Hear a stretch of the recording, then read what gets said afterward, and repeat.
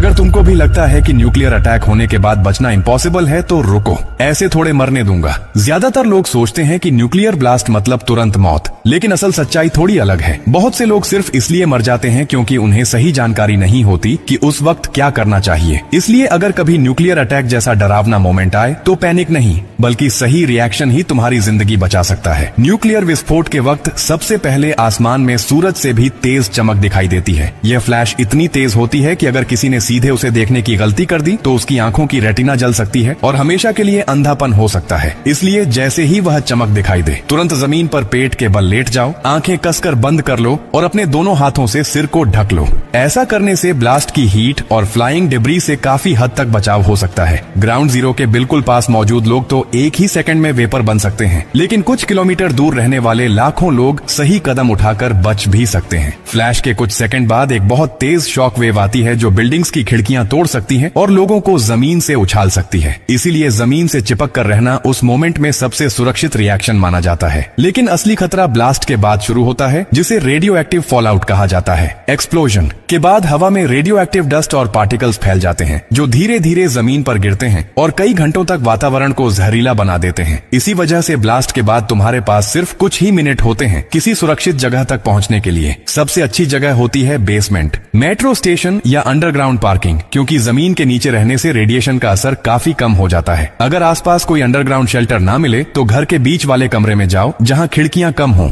सभी दरवाजे और खिड़कियां अच्छी तरह बंद कर दो और गैप्स को टेप या कपड़े से सील कर दो ताकि रेडियो एक्टिव डस्ट अंदर ना आ सके। घर के अंदर रहना बाहर भटकने से कहीं ज्यादा सुरक्षित होता है। सबसे जरूरी नियम यह है कि पहले 24 घंटे बिल्कुल बाहर मत निकलो। इसी समय रेडिएशन लेवल सबसे ज्यादा होता है और बाहर जाना जानलेवा साबित हो सकता है। इस दौरान सिर्फ सील्ड बॉटल्ड वाटर पियो और पैकेज्ड फूड ही खाओ ताकि कॉन्टेमिनेशन का खतरा कम रहे। अगर तुम्हारे कपड़े बाहर की रेडियो एक्टिव डस्ट से कॉन्टेमिनेट हो गए हों तो उन्हें तुरंत उतार कर किसी प्लास्टिक बैग में बंद कर दो और शरीर को साफ पानी से धो लो। इससे शरीर पर मौजूद जहरीले पार्टिकल्स काफी हद तक हट सकते हैं। अगर फोन, रेडियो या कोई इलेक्ट्रॉनिक डिवाइस बचाना हो तो उसे मेटल कंटेनर में रखना ईएमपी डैमेज से कुछ हद तक सुरक्षा दे सकता है, क्योंकि न्यूक्लियर अटैक के बाद अगले 72 घंटे तय करते हैं कि कौन सर्वाइव करेगा और कौन सिर्फ ब्लास्ट से नहीं बल्कि इंफॉर्मेशन की कमी से मरेगा। ये जानकारी सिर्फ आपके लिए नहीं है, इसे अपने पास मत रखिए। इसे अपने पापा को सेंड करो, अपने भाई को सेंड करो, अपनी माँ को सेंड करो, क्योंकि देश की हालत अभी बहुत खराब है और इस बात को हर इंसान का जानना बहुत जरूरी है। इसलिए इसको जितना हो सके उतना लोगों तक पहुंचाओ ताकि सब लोग समय रहते जागरूक हो सके।